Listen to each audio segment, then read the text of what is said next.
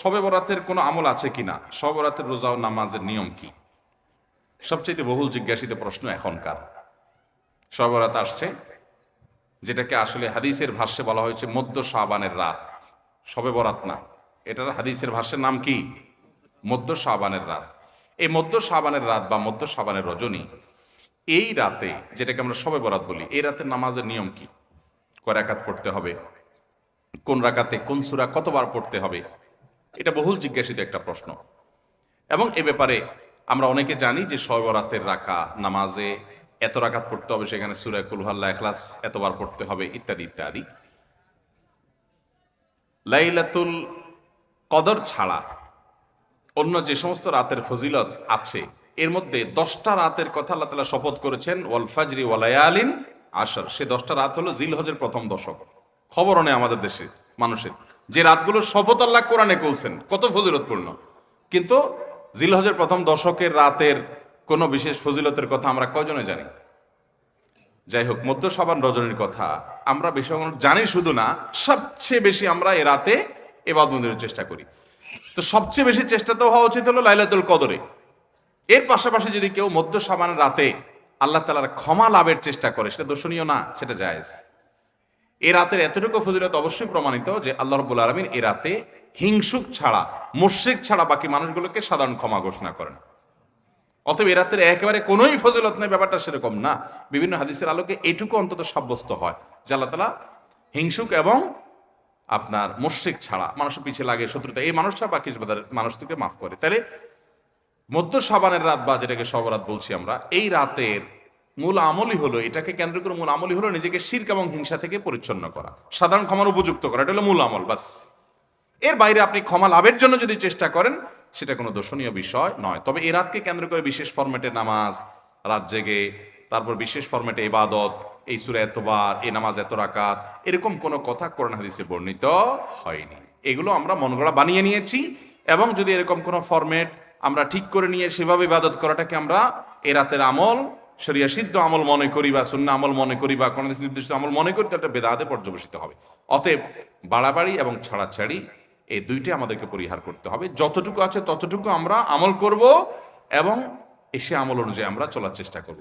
শবে বরাতে সবচেয়ে বেশি মানুষ মসজিদে কেন ভিড় জমায় বলেন তো? শবে কদর বেশি ফজিলতপূর্ণ না এই রাত? শবে কদর কোনো তুলনা আছে শবে কদরের সাথে কোনোটার? কিন্তু শবে কদরে কি এত মানুষ ইবাদত বন্দেগী করার চেষ্টা করে শবে বরাতে যত করে? কারণ কি? মিষ্টির জন্য বলে, খারাপ বলেন নাই। আমি ছোট থাকতে যখন মাদ্রাসায় পড়ি, লজিংয়ে ছিলাম এক বাড়িতে, আমার মনে আছে এক মসজিদে সারা রাত শবে বরাতে এরকম দোয়া দরুদ হয়েছে।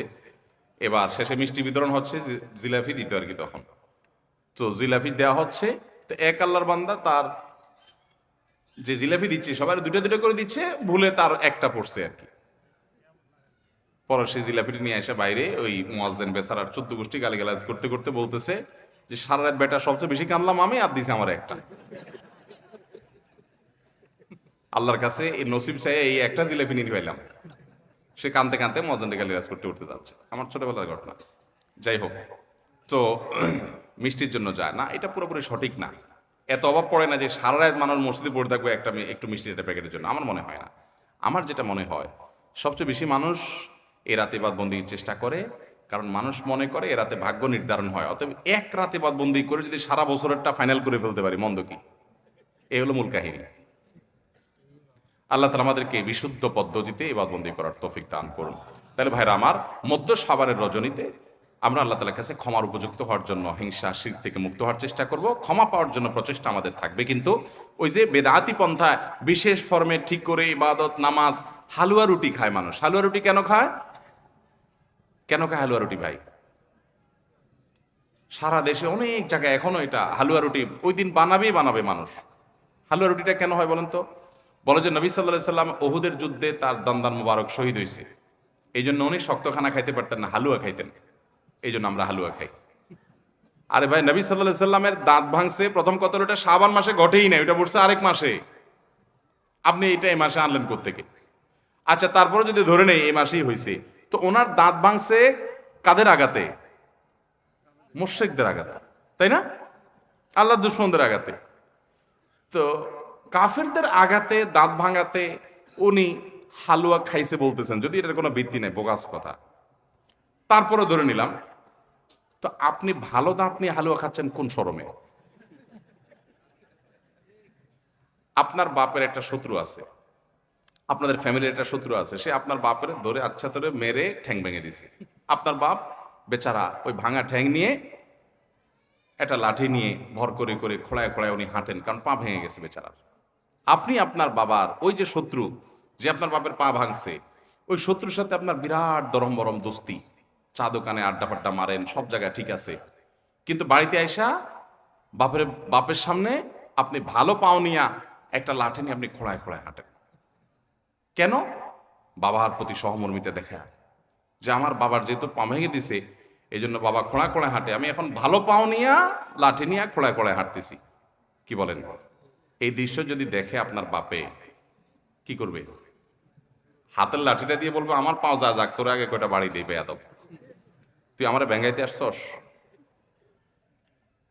আমার পা ভাঙছে যারা, তুই পারলে তাদেরকে বিচারের আওতায় আনবি, তাদের একটা বিহিত করবি। সেটা না করে তার লগে তলে তলে তোমার সম্পর্ক, তুমি আসছো আমার এখানে নাটক করে আমার সহমর্মিতা জাহির করতে। নবী সাল্লাল্লাহু আলাইহি সাল্লামকে যারা দাঁত ভাঙছে তাদের সাথে তো দোস্তির কোনো কমতি নেই, তাদের প্রতি তো আপনার সহমর্মিতার কোনো কমতি নেই, ওয়ালা বারা বলতে কিচ্ছুই নেই। কিন্তু আপনি হালুয়া খায়া ভালো দাঁত নিয়া আপনি নবী সাল্লাল্লাহু আলাইহি ওয়াসাল্লামের প্রতি সহমর্মিতা প্রদর্শন করছেন, এর চেয়ে হাস্যকর আর কি হতে পারে? আল্লাহ আমাদেরকে সঠিকভাবে দিন পালন করার তৌফিক দান করুন। সবরাতে আসলে ওই যে আগে একসময় আমরা দেখতাম পটকা ফুটতো, বাজি ফুটাইতো, যাক আলহামদুলিল্লাহ এগুলো পুলিশ প্রশাসনের নির্দেশনার কারণে থামছে। এরপরে ওই যে আতশবাজি করা, রাতে গোসল করা, অনেক তামাশা আমাদের সমাজে আছে সবরাতকে কেন্দ্র করে, শত শত বেদাতের আয়োজন এই রাতকে কেন্দ্র করে আছে। আল্লাহ আমাদেরকে এগুলো থেকে বেঁচে থাকার তৌফিক দান করুন। আমরা আল্লাহর কাছে ক্ষমা লাভের চেষ্টা করবো, আল্লাহ আমাদেরকে ক্ষমা লাভ করার, ক্ষমা পাওয়ার তৌফিক দান করুন। আঠা দিয়ে ইঁদুর মারা ও ইলেকট্রিক ব্যাট দিয়ে মশা নিধন করা কি জায়েজ আছে না হারাম? আঠা দিয়ে ইঁদুর মারার যে একটা সিস্টেম আছে আমাদের দেশে, এটা জায়েজ নাই, এটা কোন অবস্থাতে জায়েজ নাই। কারণ এটা খুবই মর্মান্তিক, এটা খুবই অমানবিক, এটা খুবই অমানবিক। কারণ আঠা দিয়ে ইঁদুর মারার এক দুইটা দৃশ্য আমি দেখেছি। এখানে যেটা হয়, ইঁদুর আঠার উপরে উঠে গেলে এরপরে দেখা যায় ওই অবস্থায় তার মৃত্যু হওয়ার আগ পর্যন্ত সে ওই আঠা থেকে তার নড়তে পারে না, ওই অবস্থা পড়ে থাকে। এবং যে ব্যক্তি ইঁদুর ধরার জন্য ফাঁদ আটছে আঠা দিয়ে, ওই ব্যক্তিও আর ওই ইঁদুরকে আঠা থেকে বের আলোক করতে পারে না। আলোক করতে গেলে চামড়া শরীর সব আলাদা হয়ে যায়, ছিঁড়ে যায় জীবন্ত। তো এতটা অমানবিক ভাবে তাকে হত্যা করার কোনো প্রয়োজন তো আপনার পড়ে নাই। আরো তো বহু পদ্ধতি আছে, তাকে আপনি হত্যা করেন, বিষ প্রয়োগ করে হত্যা করেন।